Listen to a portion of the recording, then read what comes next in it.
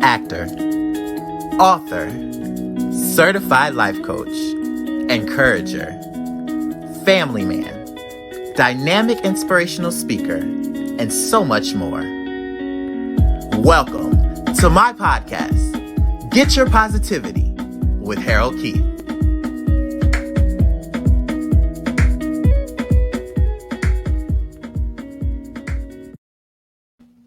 All right, welcome to another episode of Get Your Positivity with Harold Keith. When I tell you this season, 'tis the season. Okay, one more time. I know it's not the holidays, but if you have been following along, if you have been watching these episodes, you will know why. It's 'tis the season. Okay, you've been getting these nuggets for free. Y'all better thank the Lord but know that greater things are coming. So I'm excited to be back yet again here with you. Again, thank you for all your support. Thank you for all the subscribes, all the shares, all the love, the comments, the inboxes. I appreciate it all. So now that we've talked about me, I'm over that. Let's get started with this episode. Now, this episode is titled Overcoming the Pieces of Me. So I'm about to bring on my guest. Now, again, I know y'all say, you always say this, Harold Keith, but let me tell you, I honestly just met this person not too long ago on social media, all right? And it's not even that I really even met them. It's more so of when God brings someone to your forefront, sometimes you got to pay attention and ask why. And I kept noticing these posts, and I know we've been following each other for a while, but I kept noticing these posts, and I'm like, this man is celebrating something. This man has a story. And we're going to get into that story today because I know, I know it's deep. Okay, I already know. But like I said, we're going to go ahead and get ready to bring him on. Now, before I bring him on, I know you see him advertised, okay, as Adonis Duncan, all right? And he is so, okay? But his name is hyphenated. So I want everybody to know his name is hyphenated, all right? So when he pops up on the screen and you can see him, for those who can see him, Adonis Pleasant-Duncan, okay? That's what it is, all right? They said if you like it, they said put a ring on it, but Daddy said I'm gonna put my name on it, and that's what he did. So that's what happened, okay? So I'm excited to announce that. So for those who are listening, that's who we have as a guest today. Like I said, a story that deserves to be told. And again, for those who are listening, I know. Some of you are saying, Harold Keith, you have been going so spiritual. Some of you are saying, you know what, Harold Keith, I don't know what you got going on. Let me tell you something. I'm doing what I am called to do. And once you accept what it is, certain things you just can't change about yourself, and you shouldn't be apologetic about it. Just be you. And that's what I love about the guest that I'm about to bring on. He is just out there being him with his hyphenated last name. So without any further ado, Adonis, welcome to Get Your Positivity. How are you? I'm wonderful, man. Thank you so much. No problem. So again, I am glad to have you here. And I just want the people to really know how real this is. Honestly, when did you meet me? To be totally honest with you, I know that it's been less than 60 days ago. I know that we followed each other, on social media, and I saw some things and tapped into a couple of your podcasts, and I was like, "Ooh, he's doing some really great things." But really, the friendship and that we're cultivating is very new. Very new. Very, very new. Yeah. And one of the things that inspired me the most was, like I said, me seeing some of your posts and knowing you have a story. You get the pieces to the puzzles oftentimes in life. And I think sometimes people make the mistake of taking those pieces and forming a whole picture on somebody without knowing how it comes together. You know what I'm saying? Wow. And so I wanted you to be a guest because I know you've overcome some things, and I know that hasn't always been easy, but yet the light that you carry and the motivation that you bring to the table and just your encouragement that you bring on a daily is something where you have no choice but to recognize it and want to know, how did he get here? So with that being said, we're about to get started with our Get Your Positivity segment.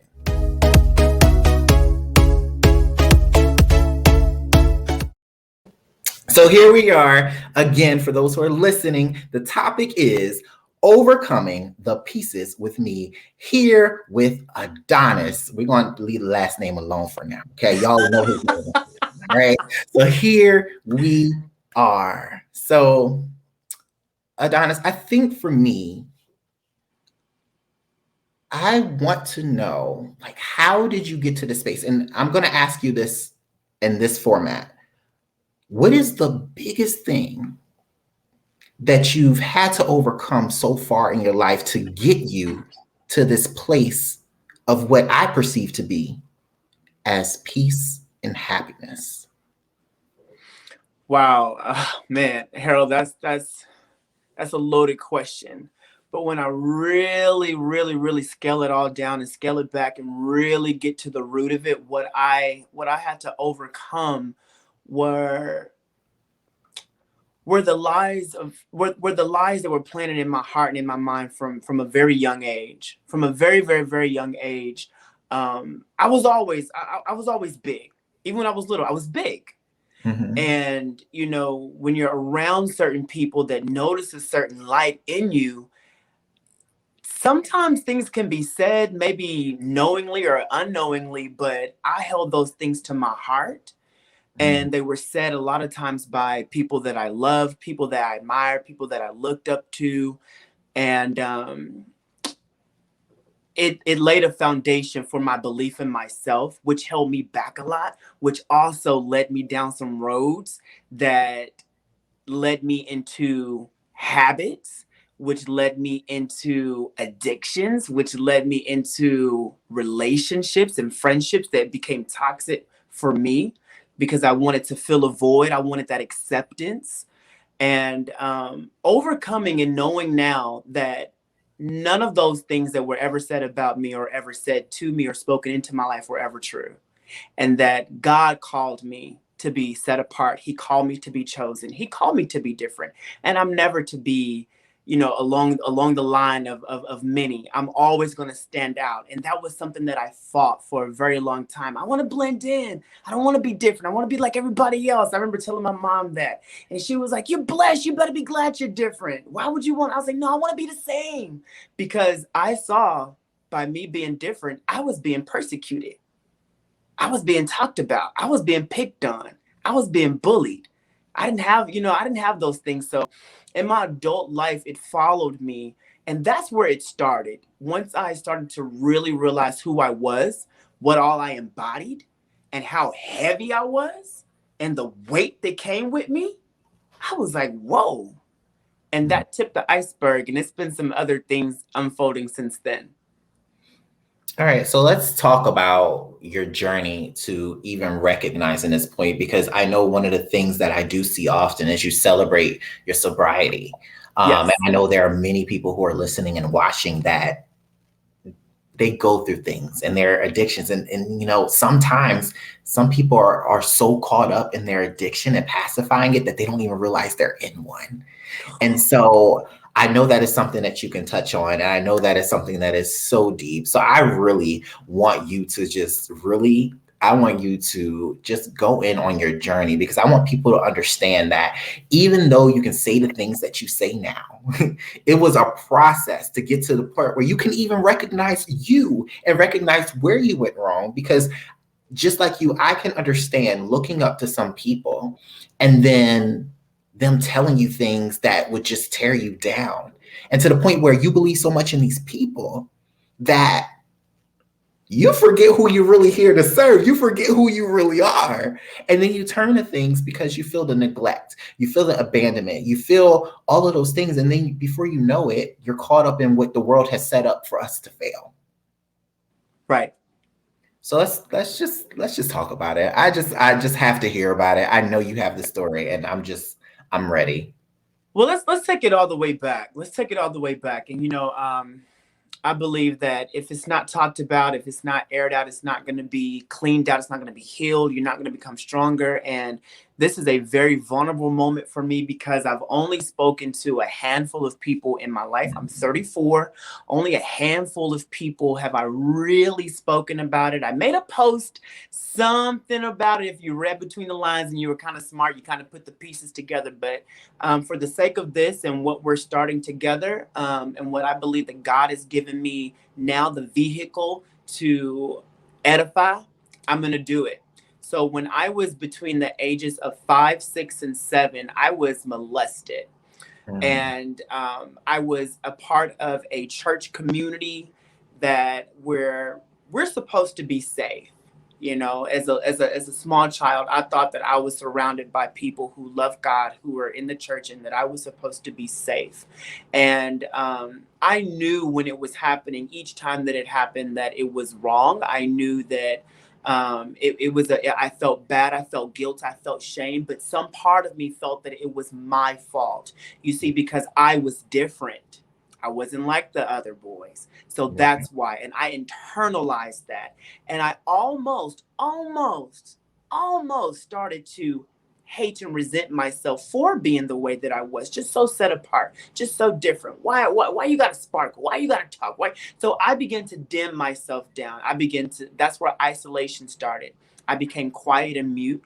And I was an only child, so that was very easy to do. I didn't have siblings around me that could ask questions or probe or anything like that. Um, and again, this was just something that I kept to myself until I was very, very, very well into my 20s, and I finally, told my parents about it.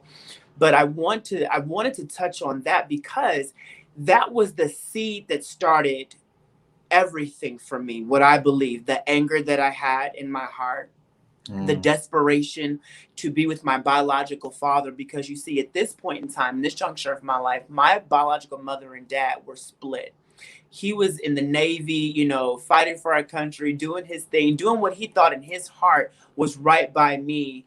Um, and he was in my life, but not a part of my life. And I kind of felt like, again, maybe I got something to do with that. He chose this career where he has to be so far away from me. I see all the other children with their dads and like, why don't I have mine, And these bad things are happening to me. And I want, I yearned for him. My mom was amazing, but it's just something about a boy and his dad. So as I grew up, I come to find that he was going to be in the United States. I'm about 16 or 17 at this point, and he's going to be here. He's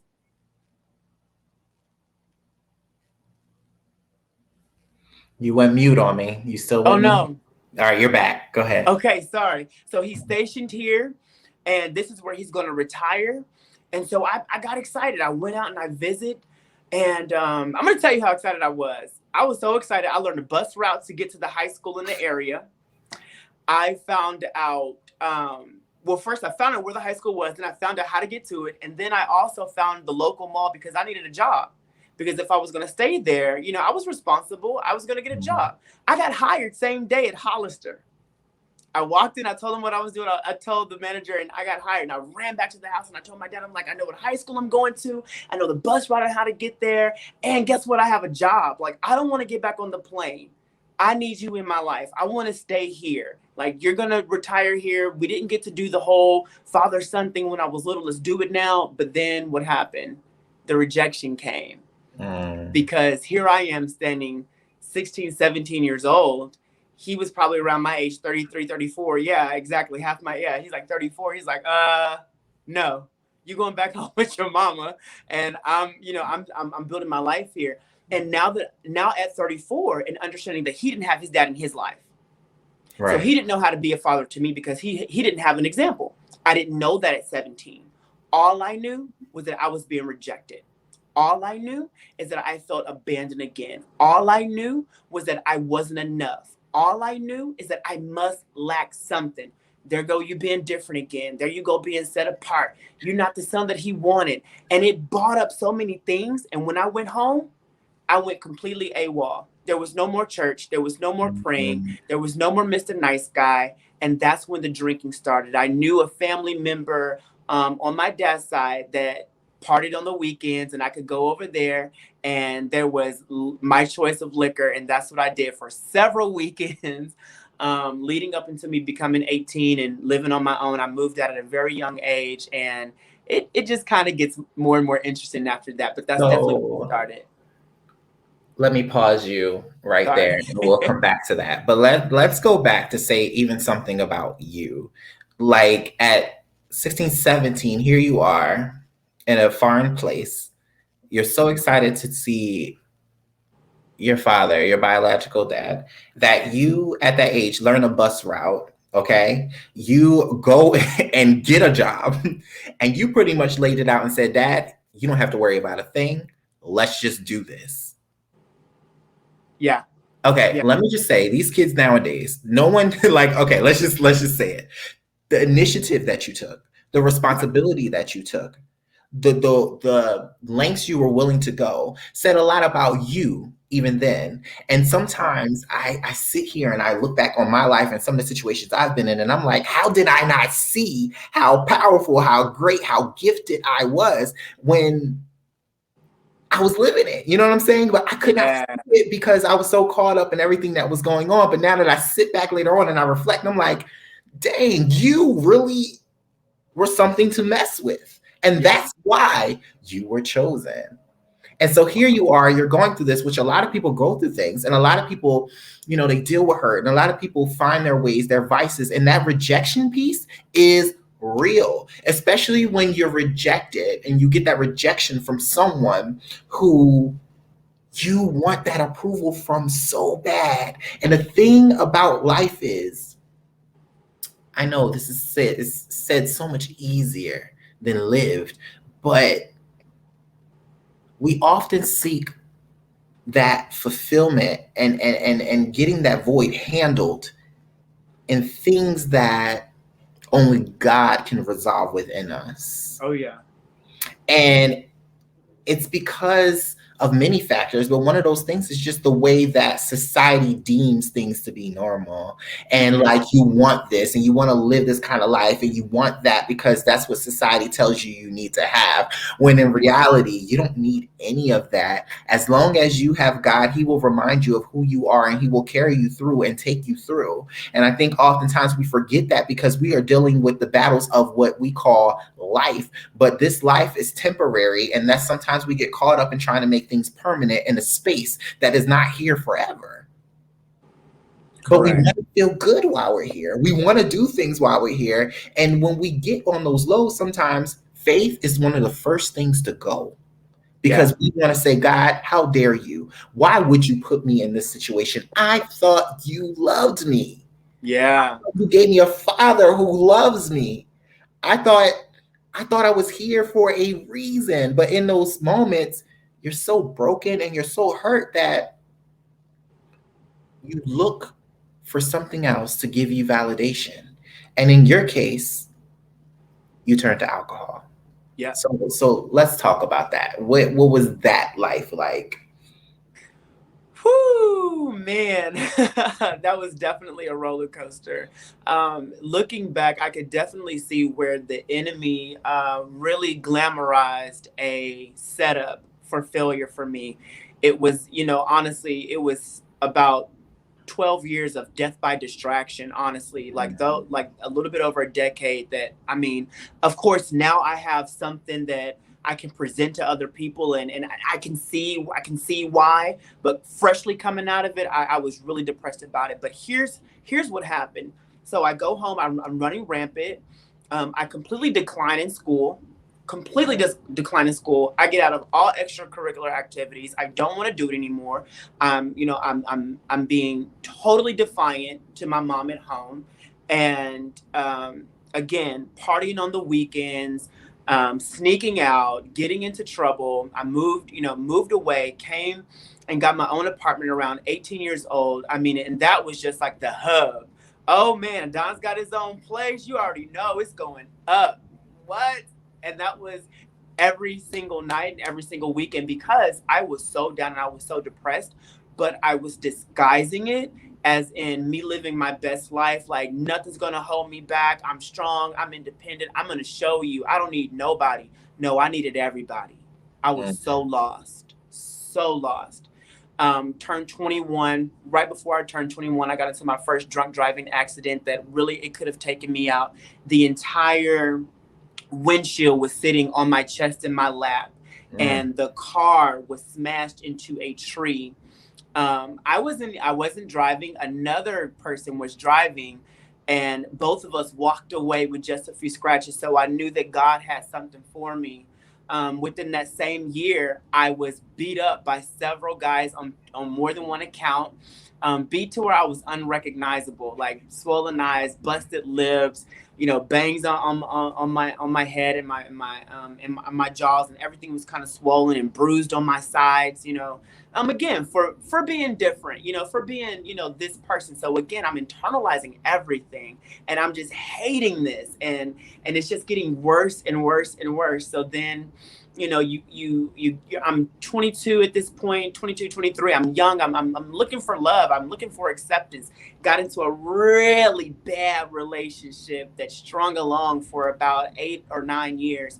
And in that relationship, because I knew that my life wasn't headed down a great path, and the relationship was failing from the beginning, and then I'm hard on myself because of where I am, education wise, financially, career wise. Mhm. I'm seeing all my other friends advancing, I'm not. So, instead of making that turn and, correcting things, just grab another shot. It'll be okay. Just go out. It'll be okay. No, this is normal. You still got time. You're so young. Just live it up. Do you. Do your own thing. Drink after drink after drink after drink after drink. Okay, 2015. Now we're about 26, 27 maybe. And boom, here we are again. I'm drunk driving now. I am the driver. And Mm. I get pulled over and I go to jail. I go to jail. And it was 2015 that I went to jail, and I had some unpaid tickets, so I had some stuff out there that I didn't handle for years back. So I had to spend 16 days in jail. Mm. And in those 16 days, I don't know if you've seen it on my social media, but I do a lot of things with the anchor symbol. And I always say hashtag anchored, because at that point, I knew that my life was like a ship just being tossed to and fro on the sea. And I had nothing tying me down. Whichever way the wind blow, I went. If the tide went up, I went. If I went down, I went. And I knew that's not what God had for me. I was tired. I was Mm. tired of drinking. I was tired of partying. I was tired of, just all the mishaps. I was faking it in my career, just faking it. I looked successful, but my account said I was broke. And if you ask Mhm. any of the people in my organization, they would be like, nope. But face, I was good. Family, I was good. Friends, quote unquote, I was good. But the people who were close to me, they knew, but no one really said anything. That was the funny part. So I knew that I had to get with God. And when I was in jail, he dropped the word anchor on me. And I just began to research that. What does the anchor do? What does that mean? What does it mean to be anchored? What does Mhm. steadfast mean? And I took that as a banner, and I have held on to that, and it has just evolved over the years. And now that is my life. I have to be anchored in Him. Hebrews 6:19 is my scripture, because that's the only place I can find hope, and it's anchored in Him. And that's what I do. That's what I do. Hope, HOPE, helping other people elevate. That's what I do. That's all that I do now. But then I didn't see what it was. I didn't know that it would be that. And I wish I could tell you that when I got out of jail I stopped drinking, but I didn't. But what I did do is I called my dad. I called him. I said, "Hey, do you know what's going on with me? Do you know I just went to jail? Do you know I'm an alcoholic? Do you know that my life is being flushed down the tubes? We need to talk. What's up?" I was about 30 at this point. And it was at that juncture we had a very, very, very good conversation face to face in Louisiana. And he explained and expressed to me his feelings in that moment. He talked to 17-year-old me. You see, because Mhm. although I had prayed about it, and although I said I gave it to God, I was still holding on to that. That 17-year-old Adonis was still hurting. That 17-year-old Adonis still needed answers. He wanted to know, were you rejecting me? What did I do? Why don't you love me? But what I found was that it had absolutely nothing to do with me and everything to do with him and where he was at in his life and how he felt about himself and the things that he wanted to give me, but he just could not. He didn't know how to express it. He didn't know how to give it. It had never been expressed or given to him. So how could he give me something he didn't have? And so I had to take that. And even still, even in that moment, I had to take it. And I said, God, I'm taking this, but you're really going to have to help me with this. And so knowing those things, still trying to now fight off what is an addiction, what started out as just on the weekends, what started out as just doing something fun, what started out as, well, I'm getting over this relationship, so I'm going out, boys weekend. Yeah, boys weekend for 3 years, stop it. You addicted.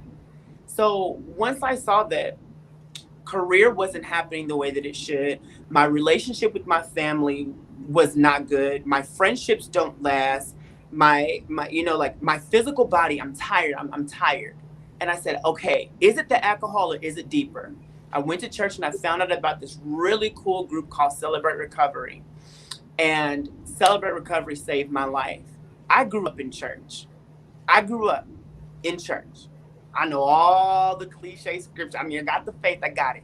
But when I tell you, Celebrate Recovery gave me the platform and the space to take off all of the masks that I was wearing, to derobe, take off the chains, take off the weights, drop them down. And when the Bible says, lay your burdens down, take up mine because my yoke is easy, my burden is light, I know what that means now.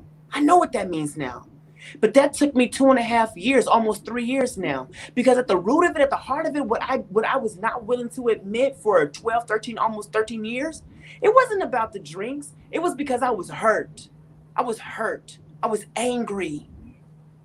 I felt used. I felt abandoned. I felt rejected. All of those things were the bed, and the alcohol just watered it. Just watered it. And it kept me delused. It kept me in a state of delusion. It kept me in a false world. It kept me thinking that, no, I'm good. No, I got great friends. No, I got a great life. Oh, I'm young. I still got my looks. I still got my health. I'm good. I can get up any day and do it again. It validated.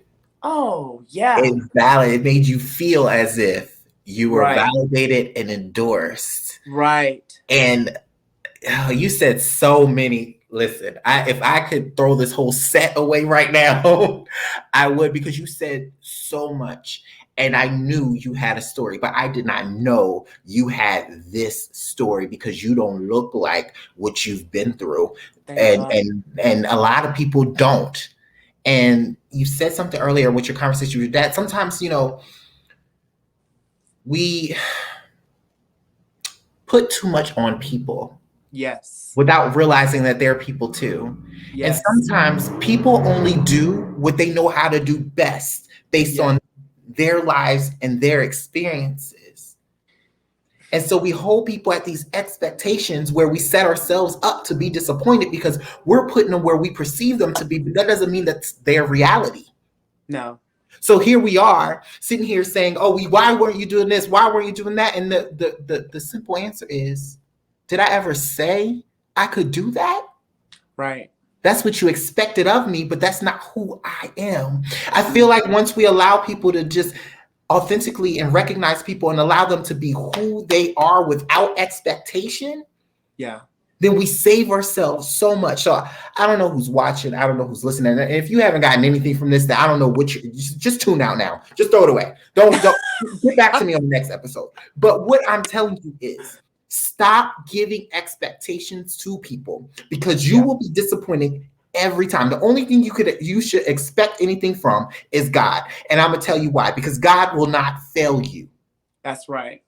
When everything else falls away, when your bank account is on empty, when your friends turn away, when your family disowns, when you are struggling, they don't show up.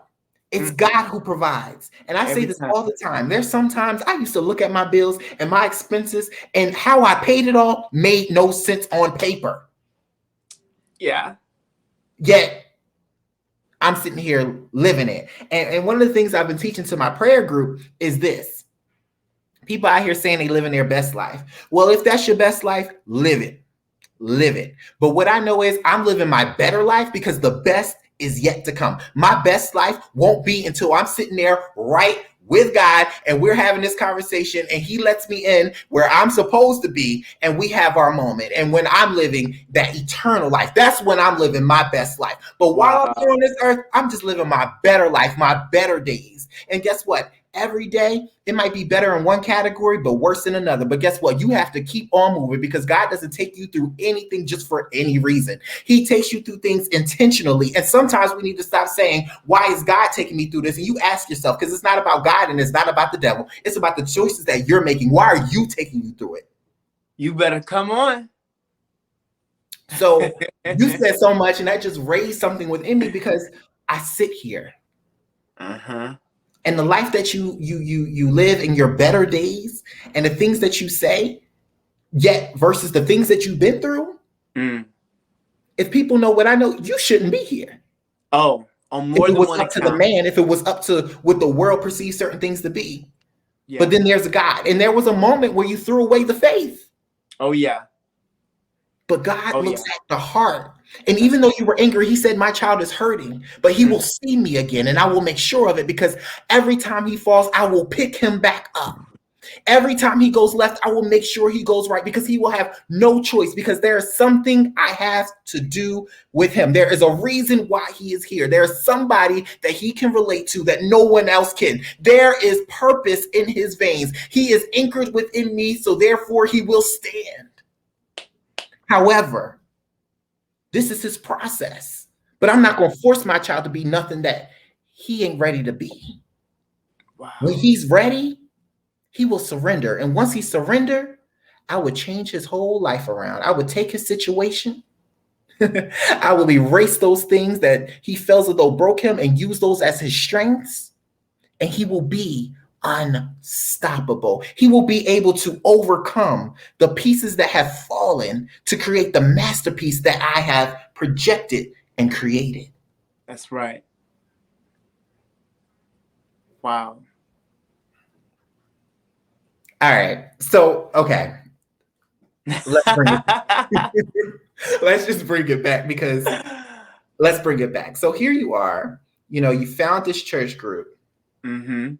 And it brought you back. But let me ask you, because there's a transition in there that we didn't really pin on. So when you threw away faith, yeah. At what point did you say, I need to pick it back up? Wholeheartedly, when I turned 33. When I turned 33. Pause. And how old are you? I'm 34. Okay. I just want to put out this too. That's why I did that, because it's never too late. That's right. To get right with God. That's right. Now go ahead. And that's right. So ahead. I knew when I turned 30, I knew that I had to get my wheels on track. I said, okay, you got to get a hold of yourself. But I was still operating in self. Let that sink in. So 30, operating in self. And I had a wonderful year in my 30s. I mean, I did amazing things. I shot straight up in my company. I'm driving a company car. I'm offspringing leaders. I'm at the top 2% of the company. I'm at the top of my game. I'm like, yes. And then, just like that, he came in. Just like that. Because why? I was operating in self. So there was elevation, but it wasn't God elevated. So it was false. It was false. So just as fast as I went up, I got attached to somebody else, and that person brought me shoo. And for 2.5 years, it was a tussle. It was a deep tussle, because now in this connection, I'm fighting because I know something. My soul is like, you know better. Come on. So that's when I sought out the church. And that's when I found Celebrate Recovery, because I knew something has to happen. But in that year or two, there was still a pull and a tug. Okay, am I gonna go all in? Am I gonna give him my all? Am I really gonna do it? Okay, God, you can have this part over here, but I'm gonna still work on that. So that was the whole thing for about 2 years, 31, 32. And I said, you know what? 33. Jesus was only here for 33 years. He got baptized when he was 33. You know what I'm gonna do? I'm done. Because at this point, I can't do it. I can't do it. I can't do it. It had gotten to a point to where my my immediate family, including my mother, my little brother, everyone in my family knows now you are a full-blown alcoholic. Mm. As fast as I went up, I came back down. Company car, had to give that back. The title, had to give that back. The big team evaporated. And I'm here and I'm in a struggle, but I'm still trying to hold a face up like everything is all good. And I kept showing up to these meetings, kept showing up to these meetings, kept showing up to these meetings. While at home, I'm drinking. And when I'm drinking, I'm getting choked. And when I'm being choked around the neck to where the cops have to come now and be like get involved. And now it's heavy charges, not against me, but against the person I was connected with.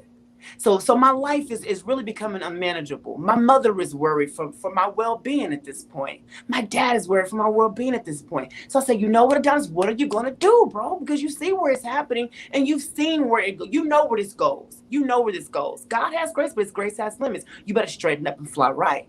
So I started to pray. And the only thing that I could do, I said, I gotta surrender. I gotta surrender. So I called my mom. I said, look, I'm turning 33. I want to be baptized. I want to go under the water. When I come up, I don't know how this is going to go.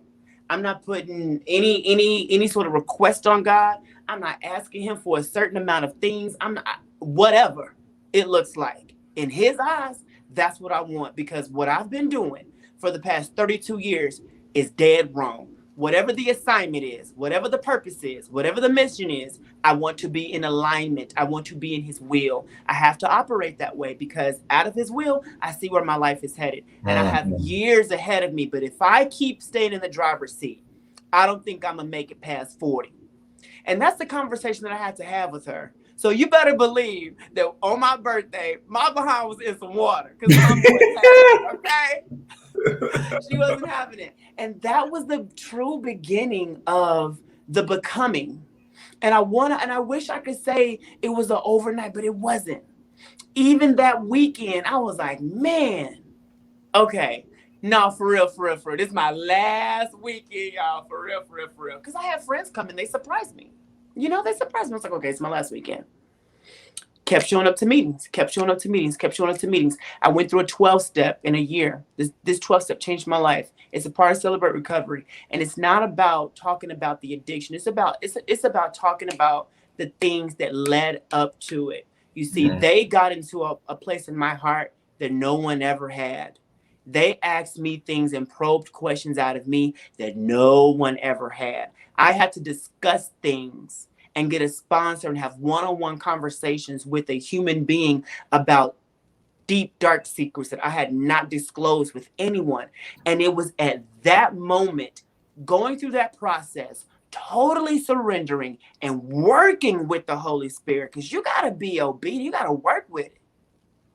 He said he'll keep you if you want to be kept, but you got to want to. It was only through that process that I'm at the point of where I am today, to where now I can say, you know what, this is what I wanted. This is it. Because God says he will grant the desires of your heart. But what I didn't know is that he was going to change them first.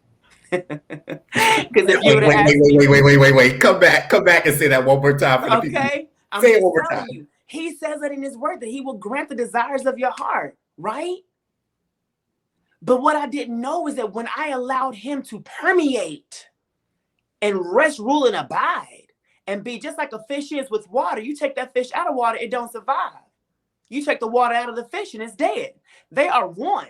And that's how I had to become with him. And that's the only way that this whole union that is going to work. And so now it is my desire. It is my truest desire to live this way. It's my truest desire to do what I'm doing right now. It's my truest desire to get into the heart and the mind of men and women who are going through or have been through or about to go through or don't even understand, am I in something right now? How do I even identify that? Oh, I see you and I'm gonna tell you, yeah, you are, and I'm gonna tell you why. I'm about to tell you your whole life because it looked just like mine. But I can tell you what, there's hope. I can tell you what, there's restoration. I can tell you what, there's redemption. I can tell you what, there's people being brand new, made whole. He came here for you. It's here for you. And I did not feel that way. Depression is when you don't see the way out. And I was depressed. My last 3 to 4 years of my life, I was very depressed. I said, you know what? I don't think I'm ever gonna change. I think this is just me. You know, my grandpa, all of my uncles, it's on my mom's side of the family as well. I think this is just gonna be me. I think I just have to learn and accept this and do the best I can with what I have. And as many years God, what? That was the enemy trying to like really negotiate and have me really believe in these things. But my spirit woke up and said, no, sir. God came so you would have life, and not just a short life, but life abundantly. Yes. Yes. What? Yes. What Yes. you mean? Yes. Yes. No. So I had to come out of that, and it wasn't something that, and it's still not. I'm still not. I love when you said I'm not living my best day. I'm living better days. People say, how you doing? I'm getting better. I'm getting better each and every day in every single way. I'm getting better. I'm getting better. That's where I'm at. All right. Okay. So those who are listening, I hope you are listening. Those who are watching, I hope you can see this. You feel the heat, okay? I hope you feel this heat because it's so true. Like, Adonis, you're just like awakening something, but you're saving somebody today because there's somebody who is listening right now, somebody who is watching, and they're saying, this is it for me. But now they're saying there is still hope. And I think people need to understand that the Beyoncés of the world, the Kardashians of the world, the Rihannas of the world, you know, the Joel Osteens of the world, you know, the TD Jakes of the world, you know, all of these people, the Oprahs, the Tyler Perrys, they're still works in progress. Amen. Their blessings do come, but you don't know what they're dealing with behind closed doors. That's right. You know what I'm saying? Some people want to always fault you for being so blessed, but do you know what these people had to go through to get the blessings? That's right. People say favor ain't fair, but favor is assigned, but it's up to you to cash in. Everybody has favor, but what you do with your favor is what matters. Wow. So with that being said, at some point you have to realize this about God. Sometimes, most times, I'm going to say all the time, God is an all-in type of guy. You got to be all in. When you're partial, see, this is the thing that drives me crazy. When you talk to somebody on the phone, right, and they got all this stuff to say, but then they're like, but you know, I know God will bring me through. Oh, you know, and they say all the stuff like, I'm glad you have faith, but your faith, boo, is limited. I need you to have limitless faith and realize that you wouldn't be able to say some of the things you're saying to me on this phone if you really had that faith, and realize that, no, God is not going to be able to do what you're calling or you asking him to do in that moment because you haven't fully surrendered. I read this post and it said something that I don't know exactly what it said, but it said something of the nature is how you're going to go to God with holding the plan B in your back pocket. Are you God or are you going to let God be God? Because at the end of the day, it ain't about you, boo. It'll never be about you. So you need to get over you and realize that until you make it about God, you will not really see your better days. You'll be living a false prosperity, a false life. And I've seen it so many times, and there's so many people, they perceive that they live in this blessed life and they want to use God as their life. I'm glad you're giving glory to God, but when you close those doors, that's between you and God what's really happening. Yeah. You said it. As quickly as things came together, you fell. Because you weren't all in. Nope. But once you made the decision to give him your all, That's when the better days, that's when the real manifestation came. That's Oh when yeah. the grounded stuff started to happen. Oh Not yeah. necessarily the sand houses. You were building with bricks, Come cement. on. Come on. But people are so obsessed with what's happening in the world, what other people are thinking, and holding on to their past things and their failures and this, that they don't Mm, realize that all of these burdens you're not meant to carry, that you are carrying, is doing nothing but putting you 6 feet under. that is so true. And can I tell you something? Over the past, I want to say about 5 years. I've Over the past 5 years, I've lost about 7 friends who are all my age or younger. Mm. And this past year, as I'm awakening and my mind is clearing up, and like I'm thinking about the time, I'm thinking about the opportunity of life itself. Any any time that I ever, start to get down on myself or do this or do that, or even have the audacity to lay up and lay around and move slow, or complain about what I don't have, or complain about where I'm at, I always think, I got about 7 friends Mm. that if they could come back and trade places with me, what would they do with the time that I have, the time that I'm allotted? Because their time is out. You still here. So how are you really looking at the life that you have right now? What perspective are you really taking on this? How do you really feel about you, your life, and your journey? And that's when I say, "Oh God, just let me go deeper then. Just let me go deeper." And that's uncomfortable. Because it's so easy to do the nothings, but it's hard. At the top of my day today, woke up very early. I've been working up until 30 minutes before this podcast. Got it together. After this podcast, it's Monday. I didn't get to work out today. So I'm gonna go work out tonight because I'm teaching myself to do the hard things so that I can have the easier ways of life. And what I mean by that is when you make those hard decisions, Say it. those hard decisions, Say it. eating right, going to bed at a certain time, turning the TV off, not binge watching, getting up and doing the consistent things, making up the bed, going to the gym, going over and beyond on your job, even before you get recognized for it. Those type of things, the hard things. Turning away and saying, no, I'm not going to drink with y'all. Turning away and saying, no, I'm not going to go out this weekend and turn up on y'all. I'm going to work on my side hustle right now because I'm working on this side hustle so that it can take care. And I don't need the full-time job because I feel the spirit of entrepreneurism all over me. I feel like Amen. boss all over me. But I got to do the hard things so that I can have the easier way of life. Like life is never really easy, but it can be easier because here's the cool part about that. When you're doing the easy things of life, it just seems that life is hard. The bill's always bigger. The disappointments always hit harder. It just seems like the relationships never get good. Drama just knows your name. And it's just hard. But you're doing the easy things. You're chilling throughout the evening. You got weekends off. You doing your thing. You chilling in the cut. Same day, different day, blah, blah, blah. No. And when I take that, when I take that and I say, hey, what's going on? Well, you know me, same old, same old. It's been 15 years. Why are you the same Dang. old, same Oh old? no, oh no, oh no. See, and I used to be like, okay, nah, let me just show compassion. Nah, in this season, I gotta protect myself. In this season of my life. I gotta protect myself. I feel like what God has given me, it's just like if you want to take it to like a mom when she finds out that she's about to give birth, that second to last trimester, things get different around the house. She's Mm-hmm. preparing, she's getting ready.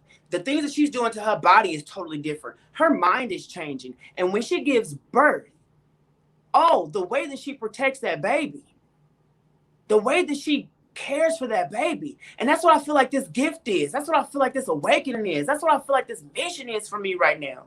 I can physically see it now. I got to protect it. I can't let everybody in my spirit. I can't let everything come into my way. I can't be listening to everything. I can't go everywhere. I got to protect this. This is the gift. I don't know how big and how great this thing is going to, what's going to grow up and what it's going to become. But I know that right now in the beginning season, it's pivotal for me is pivotal to me to take care of this 24/7. And I can only have people around me who understand and who can identify, and that I know that are on the same wavelength, that's on the same vibration, that's praying the same way, praying to the same God that I pray to, in my circle and in my ear and in my presence. Yeah, I unplugged my TV, I turned it around. Yeah, I All don't right. got time. All right, listen, because we can go on. And what I'm going to say this before we get into our one word of advice segment. And I'm Okay. going to just say that it's being put on my spirit heavy that we're about to do a conference. And we are going to really bring something to the table that the world needs. Amen. And I didn't know what this assignment was, but this is just more than just an episode. Amen. This right here, we have a lot of talking to do, because this right here, Yeah, yeah, yeah. I'm just gonna leave it there, because we're not even gonna get into all that now. But those who are listening, stay tuned, Amen. because there's something about connections, and we talked about that earlier. It's something about connections, and sometimes God will clear out a room so that the right connections can be made, so that the right people can enter a room and their lives be transformed. That's so good. All right, so we're gonna go ahead. Oh, you don't understand. We look. All right, those who are listening. All right, we're gonna bring this. We wrapping up, y'all. And for those who are watching, this is more to come. Definitely more to come. But let's go ahead and move on to our a word of advice segment.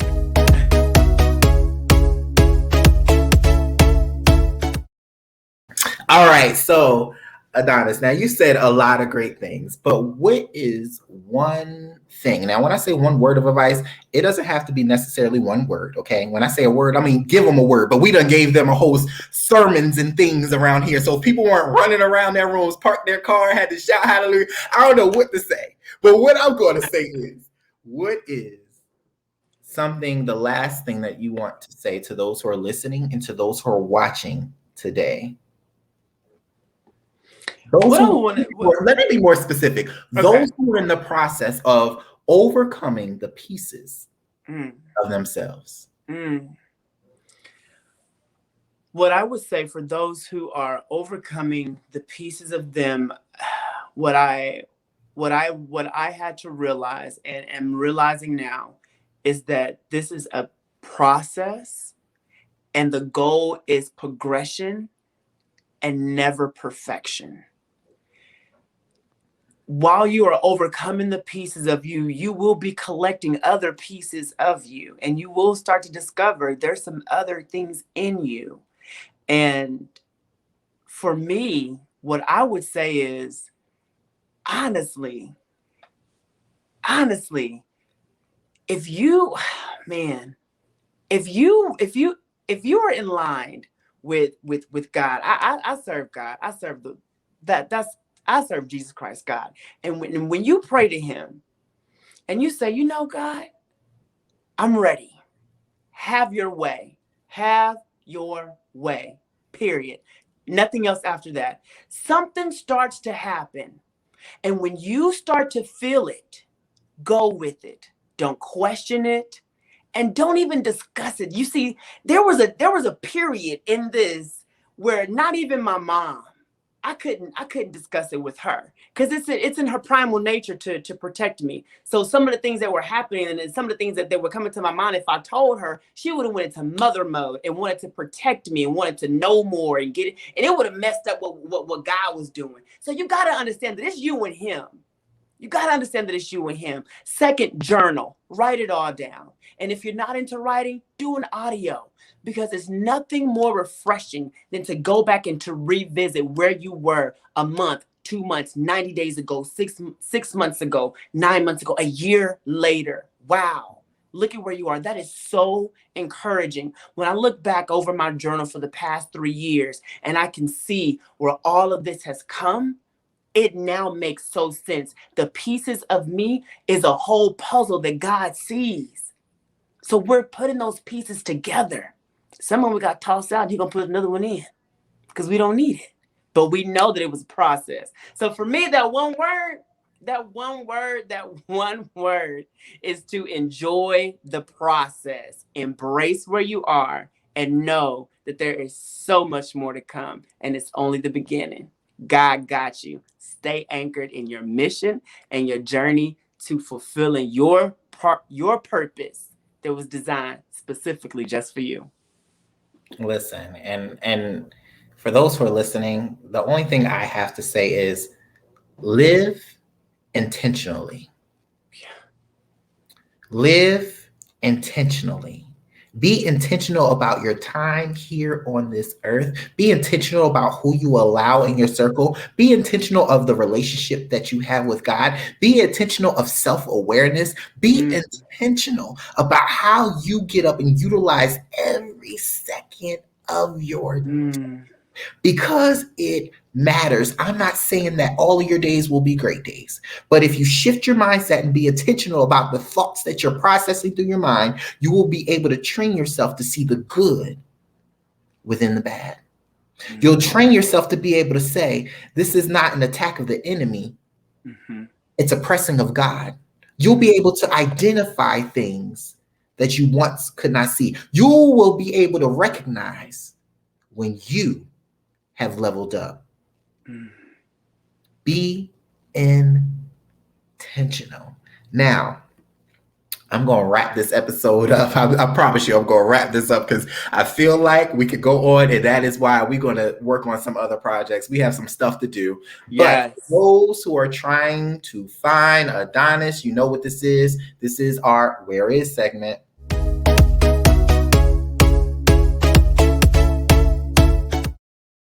All right, so Adonis, where can people find you? You can find me on Instagram at Mr. Duncan 8701. You can also find me on Facebook, Adonis Pleasant-Duncan. That is where I operate. You want to tell them one more time? Go ahead, because you can find me on Instagram at Mr. Duncan 8701, and you can always find me on Facebook at Adonis Pleasant-Duncan. Now, on Facebook, y'all, don't put the hyphen in or you won't find them. It's without the hyphen. Okay?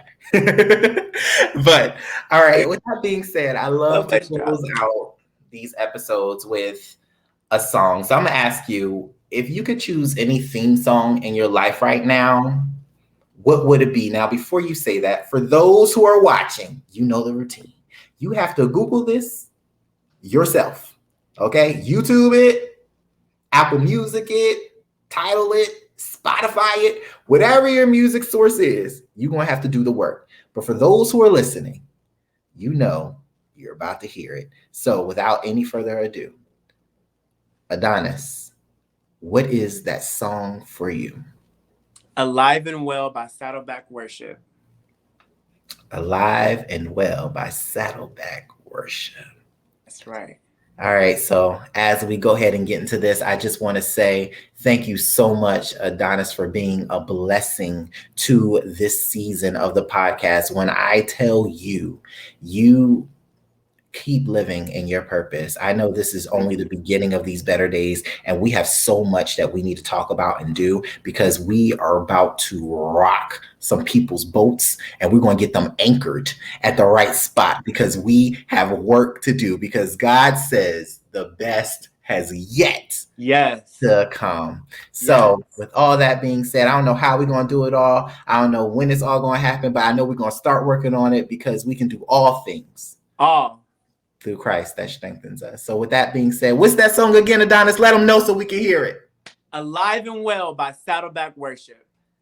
All right, everybody. Be blessed.